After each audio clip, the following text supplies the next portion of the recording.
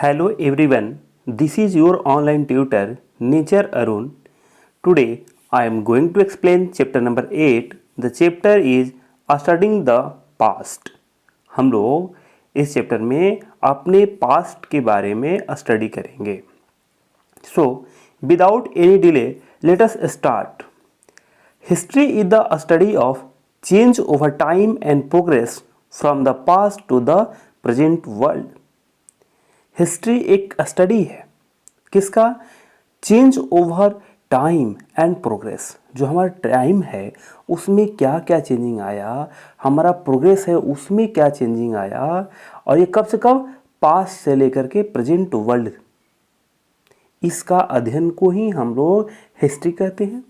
It can be defined as a systematic descriptions of the past events, और इसको systematic तरीके से वर्णन किया जा सकता है इसके पास्ट इवेंट्स को.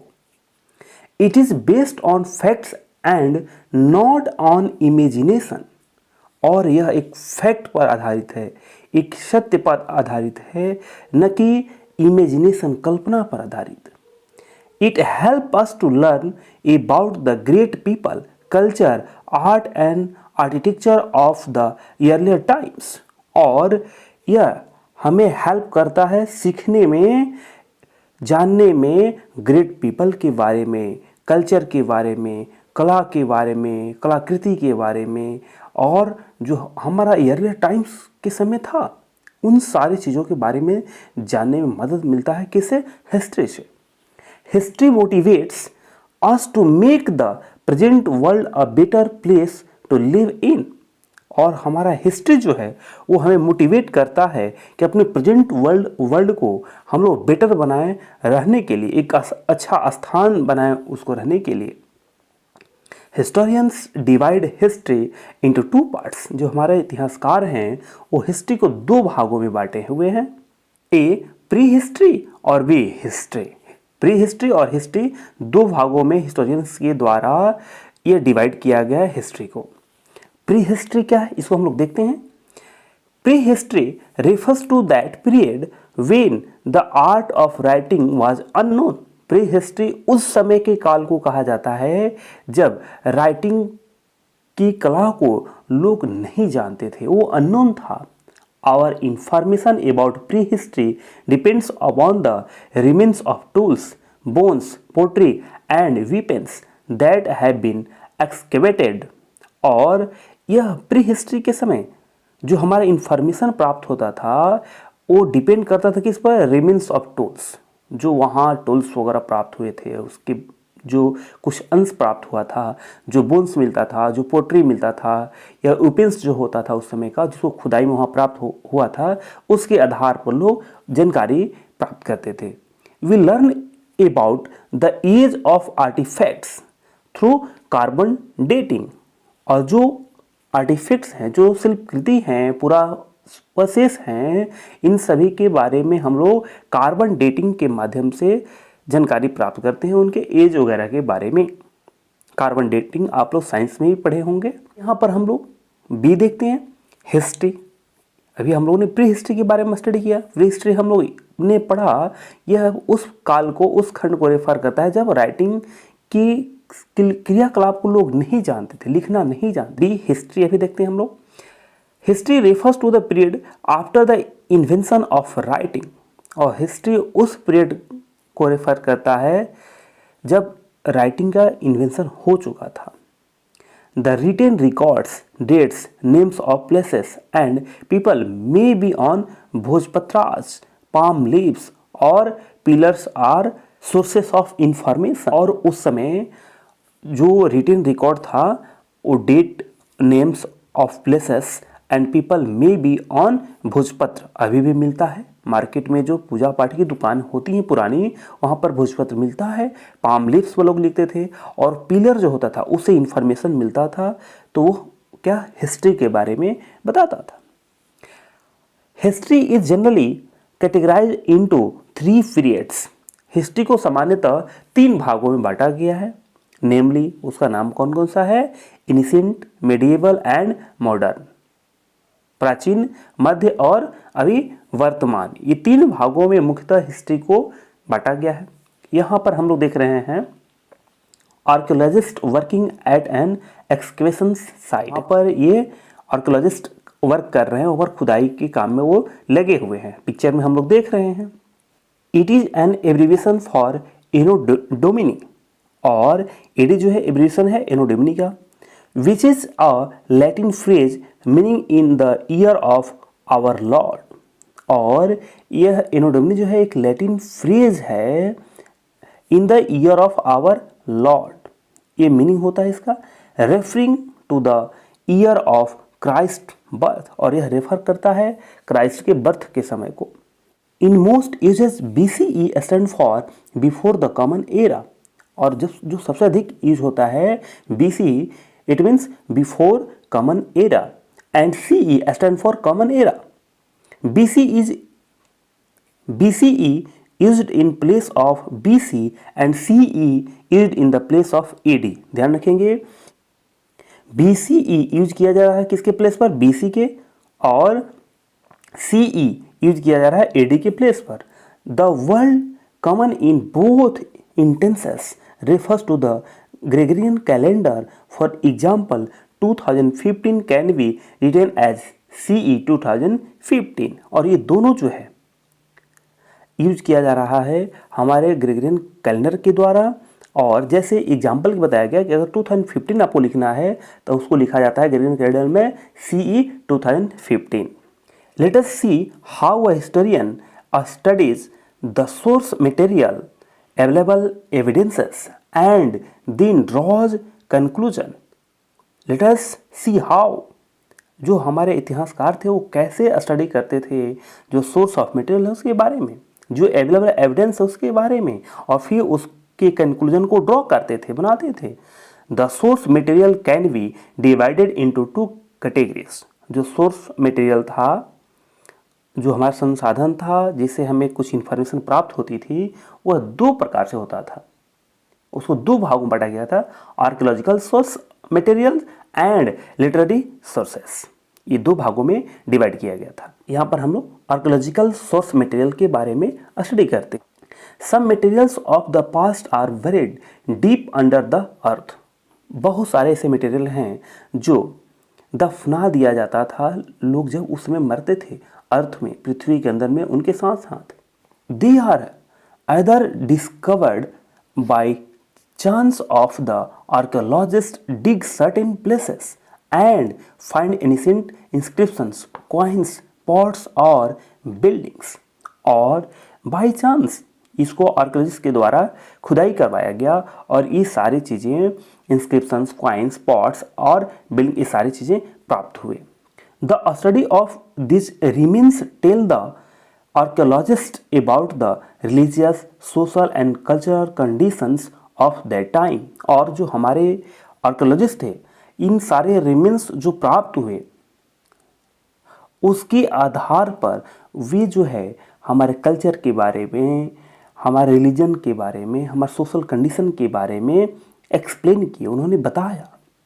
For example, buildings excavated from Mohenjodaro provide useful information about the Indus valley civilisation. और एग्जाम्पल के लिए यहाँ बताया जा रहा है कि जो वहाँ पर बिल्डिंग्स प्राप्त हुई मोहनजोदाड़ो में खुदाई करने के समय, वो यूजफुल इंफॉर्मेशन हमें बता रहा है किसके बारे में, हमारे इंडस वैली सिविलाइजेशन के बारे में। The archaeological source material are mainly inscriptions, coins, monuments, sculptures, paintings, articles of daily use and skeletons. जो आर्कियोलॉजिकल सोर्स में आते हैं उसमें inscriptions, coins, monuments, sculptures, paintings, articles of daily use and skeletons, ये सारी चीज़ों के माध्यम से जो इंफॉर्मेशन प्राप्त होती है उसको आर्कियोलॉजिकल सोर्स मटेरियल कहा जाता है। यहाँ पर हम लोग मोहनजोदारो के प्लेस को देख रहे हैं, कितना ये सुंदर प्लेस यहाँ पर है, और इससे हमें प्रूफ होता है उस समय हमारा इंडस वैली सिविलाइजेशन कैसा था। नाउ इंस्क्रिप्शंस, अभी हम लोग इंस्क्रिप्शंस के बारे में स्टडी करेंगे। Inscriptions are the writings which are engraved on rocks, pillars, clay tablets, temples and caves. Inscriptions इन पर खुदाई कराया जाता था। ये किस पर खुदाई कराया जाता था? रॉक्स पर, पिलर्स पर, क्ले टैबलेट्स पर और जो टेम्पल्स होता था, जो केव्स होता, उस पर खुदाई करवाया जाता था। They tell us about the kings, their impress achievements as well as the society and the language of that period. और ये जो इंस्क्रिप्शंस हैं रॉक पर, पिलर पर, क्ले टैबलेट्स पर या टेम्पल्स पर, केव्स से, उसे उस समय के राजा जो उस समय के इम्प्रेस होते थे, किंग जो थे, अचीवमेंट्स एज वेल एज उनकी मैंने क्या अचीवमेंट थी, उस समय सोसाइटी कैसी थी, उस समय का लैंग्वेज कैसा था, इन सारी चीज़ों के बारे में प्राप्त होती है। The inscriptions of Ashoka's period tell us about his achievements in the field of administration and the steps that he took like the building hospital, wells etcetera.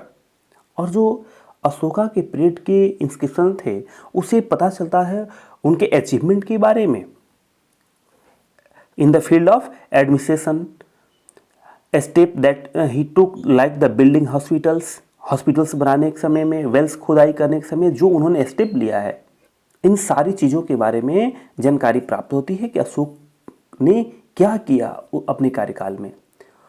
For the welfare of the public, जो वो public के लिए, लोगों के लिए करते थे। The inscriptions were put up in places where the common people could read them easily. The study of inscription is called epigraphy. Inscriptions के स्टडी को इपिग्राफी कहा जाता है।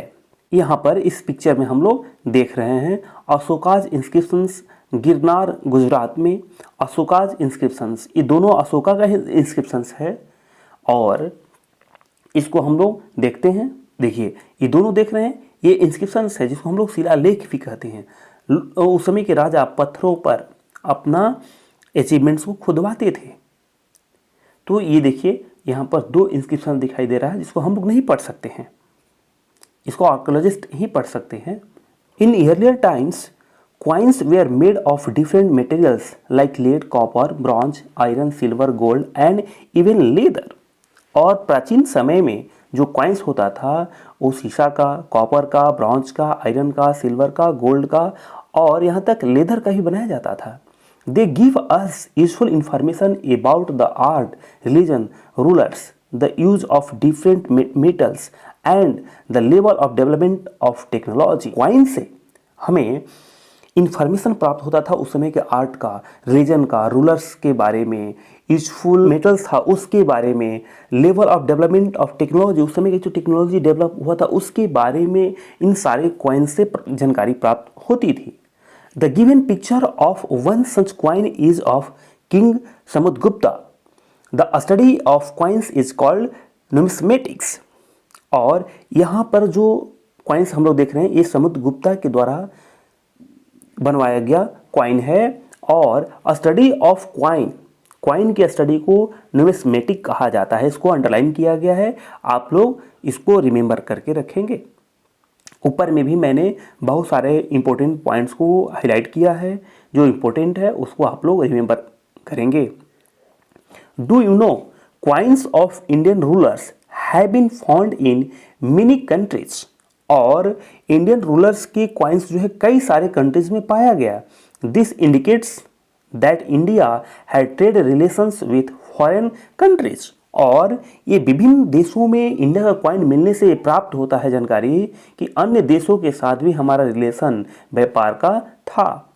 यहाँ पर ये कॉइन समुद्रगुप्ता के जो बनवाया गया था हम लोग देख रहे हैं, ये कॉइन गोल्ड का है। Monuments are the remains of temples, stupas, places and forts। Monuments क्या है? ये remains of temples है, स्तूपाज है, places and forts है। इनके remains को ही monuments कहा जाता है। These ancient buildings help the historian to collect information about the social and economic life, the religious beliefs, dress, art forms and architecture of that time। और इस सारे ancient building help करता है historians को collect करने में information social life के बारे में, इकोनॉमिकल लाइफ के बारे में, रिलीजियस बिलीफ उस समय कैसा था, उस समय का ड्रेस कैसा था, उस समय का आर्ट फॉर्म्स कैसा था, उस समय का आर्किटेक्चर कैसा था, इन सारी चीज़ों के बारे में इंफॉर्मेशन ये सारे रिमेन्स हमें हेल्प करते हैं। कौन कौन से? Temples, stupas, places and forts. Now skeletons. Skeletons are also a very useful source of information. जो उस समय का नरकंकाल होता था वो भी एक महत्वपूर्ण सोर्स ऑफ इंफॉर्मेशन था। Student of skeletal studies try to know every minute detail about the skeletons and list their findings. और जो स्टूडेंट होते थे उनके स्टडी करने वाले नरकंकाल को, वो ट्राई करते थे एवरी मिनट उनके डिटेल्स लेने का प्रयास करते थे उस स्केलेटन से, एंड लिस्ट देयर फाइंडिंग्स, उसे जो जो जानकारी प्राप्त होती थी उसका एक लिस्ट भी बनाते थे। For example the skeletons of women generally has broader heap और फेल्विक एरिया फॉर चाइल्ड बियरिंग। और जो स्केलेटन होता था वुमेन का, उनका हीप या नितंब जो था वो थोड़ा ब्रॉडर होता था, पेल्विक एरिया थोड़ा ब्रॉडर होता था। जो चाइल्ड वेयरिंग करते थे, जो अपना बच्चे को गर्भ में रखते थे, उस एरिया में थोड़ा सा उनको ब्रॉडर लगता था। Jewellery found on the skeletons also helps in determining whether the skeletons belong to women और अ मैन। और जो ज्वेलरी प्राप्त होता था स्केलेटन्स के साथ में, उसे भी पता चलता था कि यह वुमेन का है या मैन का है। यहाँ पर हम लोग इस सांची का स्तूप देख रहे हैं। ये सारे स्तूप, टेम्पल्स, इन सारे से बहुत सारी इन्फॉर्मेशन हमारे एनिसेंट के बारे में जानकारी प्राप्त होती है। हम लोग लिटरेरी सोर्सेस के बारे में स्टडी करेंगे। All written record of the past are known as literary source और मनुस्क्रिप्ट्स। जितने सारे रिटन रिकॉर्ड्स हैं पास्ट के, उसको लिटरेरी सोर्स और मनुस्क्रिप्ट कहा जाता है। They are very important for the historians, और ये इतिहासकारों के लिए बहुत ही महत्वपूर्ण है। Before the invention of paper, people wrote on dry palm leaves, भोजपत्राज, कॉपर प्लेट्स एक्सेट्रा। और ये जो हिस्टोरियन थे, पेपर के इन्वेंशन से पहले पाम लीव्स पर, भोजपत्र पर, कॉपर प्लेट पर लिखते थे। Some of the literary sources are as followers. कुछ जो लिटरेरी सोर्स है वो इस प्रकार हैं। रिलीजियस लिटरेचर, जो हमारे धार्मिक लिटरेचर हैं, consist of the Vedas of the Hindus in Sanskrit, pitakas of Buddhist in Pali and angas of Jains in Prakrit. और ये सारी जो वेदास जैसे हैं वो हिंदूज का है जो संस्कृत में था, और पितकाज जो था वो बुद्धिस्ट का है, पाली भाषा में था। अंगाज ऑफ जैन इन प्राकृत भाषा में था। They tell us about the religious beliefs, society, customs and traditions of the time. और ये सब हमें जानकारी देती हैं उस समय के रिलीजियस बिलीफ्स के बारे में। उस समय रिलीजियस कैसा लोगों के अंदर या धार्मिक संबंध आपस में होता था, कैसा चलता था, उसमें सोसाइटी कैसा था, उसमें कस्टम कैसा था, उसमें ट्रेडिशन कैसा था, ये सारी जानकारी हमें प्राप्त होती है। The Puranas and the epics like the Ramayana and Mahabharata also provide useful information of that period। और जो हमारे पुराण हैं, जो इपिक हमारा रामायण महाभारत है, उससे भी हमें यूजफुल इंफॉर्मेशन मिलता है उस पीरियड का, उस काल का। Next, non religious literature. अभी हम लोग ऊपर में रिलीजियस लिटरेचर के बारे में बात की, धार्मिक ग्रंथ के बारे में बात किए। अब कुछ नॉन रिलीजियस लिटरेचर के बारे में जानने का प्रयास करेंगे। Non-religious literature consists of prose, plays, poetry, grammar, as well as the writing of Kautilya, Arsas, Kalidas, Abhijnana, Shakuntalam etcetera. जो नॉन रिलीजियस लिटरेचर है उसमें प्रोज, प्लेज, पोएट्री, ग्रामर ये सारे आते हैं। इसके साथ साथ कौटिल्य का अर्थशास्त्र है, कालिदास का अभिज्ञान, शकुंतलम है, ये सारे नॉन रिलीजियस लिटरेचर हैं और इनसे हमें लिटरेरी सोर्स के बारे में जानकारी प्राप्त होती है। The secular literature throws light on the life of the people of that period. और कुछ सेकुलर लिटरेचर हैं वो भी उस समय के लोगों के लाइफ के बारे में वर्णन किया गया है। The account of events bye foreign pilgrims and travellers like the fine Chinese and ambassadors like the Megasthenes Greek who visited India in earlier times are also important source of information about ancient Indian history and culture। और उस समय की accounts of events जो हैं उससे या जो foreign pilgrims थे, जो ट्रेवलर्स थे, जैसे चाइना का Fahien, ambassador like the Megasthenes Greek who visited India, ये सब जो है ट्रेवलर्स या जो पिलग्रिम्स विजिट किए इंडिया, इनकी यात्रा से भी कुछ जो वर्णन किया गया है उससे भी हमें इम्पोर्टेंट इंफॉर्मेशन प्राप्त होती है अपने एंशिएंट इंडियन हिस्ट्री के बारे में और उसके कल्चर के बारे में। नाउ हिस्टोरिकल लिटरेचर, ऐतिहासिक कुछ साहित्य है उसके बारे में भी ध्यान देते हैं। Historical literature consist of autobiographies of the ancient rulers and biographical sketches like Harshacharita. और हिस्टोरिकल लिटरेचर में ऑटोबायोग्राफीज उस समय के जो होते थे ऑफ एंशिएंट रूलर्स का, उससे और बायोग्राफिकल स्केचेस जो होता है जो बनाया जाता था उससे विभिन्न प्रकार की हमें जानकारी प्राप्त होती है। जैसे एक एग्जाम्पल ले दिया गया है हस्तचरित्र, इससे हमें अपने इतिहास के बारे में जानकारी मिलती है, उस समय के जो राजा थे उनके कालखंड के, उनके क्रियाकलाप के बारे में जानकारी प्राप्त होती है। The various source of history provide knowledge about the marvels of past and inspire us to march forward to achieve greater heights. और ये जो सोर्स हैं हिस्ट्री के, ये हमें यह बताते हैं कि हमारा पास्ट कितना मार्वल था, कितना अच्छा था, और ये हमें इंस्पायर करते हैं कि हमें भी अपने आप से को अचीव करना है, बहुत ही अच्छे आना है और अच्छे स्थान प्राप्त करना है। यहाँ पर जो हम लोग टेम्पल देख रहे हैं यह जावा एंड कंबोडिया में है। दोनों टेम्पल, कंबोडिया में अंकोर वाट टेम्पल है और यह जावा का टेम्पल है, लेफ्ट साइड में जो दिख रहे हैं हम लोग। Do you know the temples found in Java and Cambodia tell us about the spread of Indian culture to distant countries in ancient times. और ये जावा और कंबोडिया के जो टेम्पल हैं इससे पता चल रहा है कि इंडियन कल्चर जो है वो दूर दूर तक फैला था, दूसरे दूसरे देशों में फैला था प्राचीन समय में ही। यहाँ पर कुछ कीवर्ड्स दिए गए हैं। आर्कियोलॉजी, यह क्या है? The study of free history and history through excavations of sites, इसको हम लोग क्या कहते हैं? आर्कियोलॉजी कहते हैं। आर्टिफैक्ट क्या है? An object made by a human being. Artifact क्या है? जिसको ह्यूमन बीइंग के द्वारा बनाया गया है। Autobiography, an account of a person's life written by that person, ये उस व्यक्ति के द्वारा ही अपनी लाइफ के बारे में लिखा गया, उसको हम लोग ऑटोबायोग्राफी कहते हैं।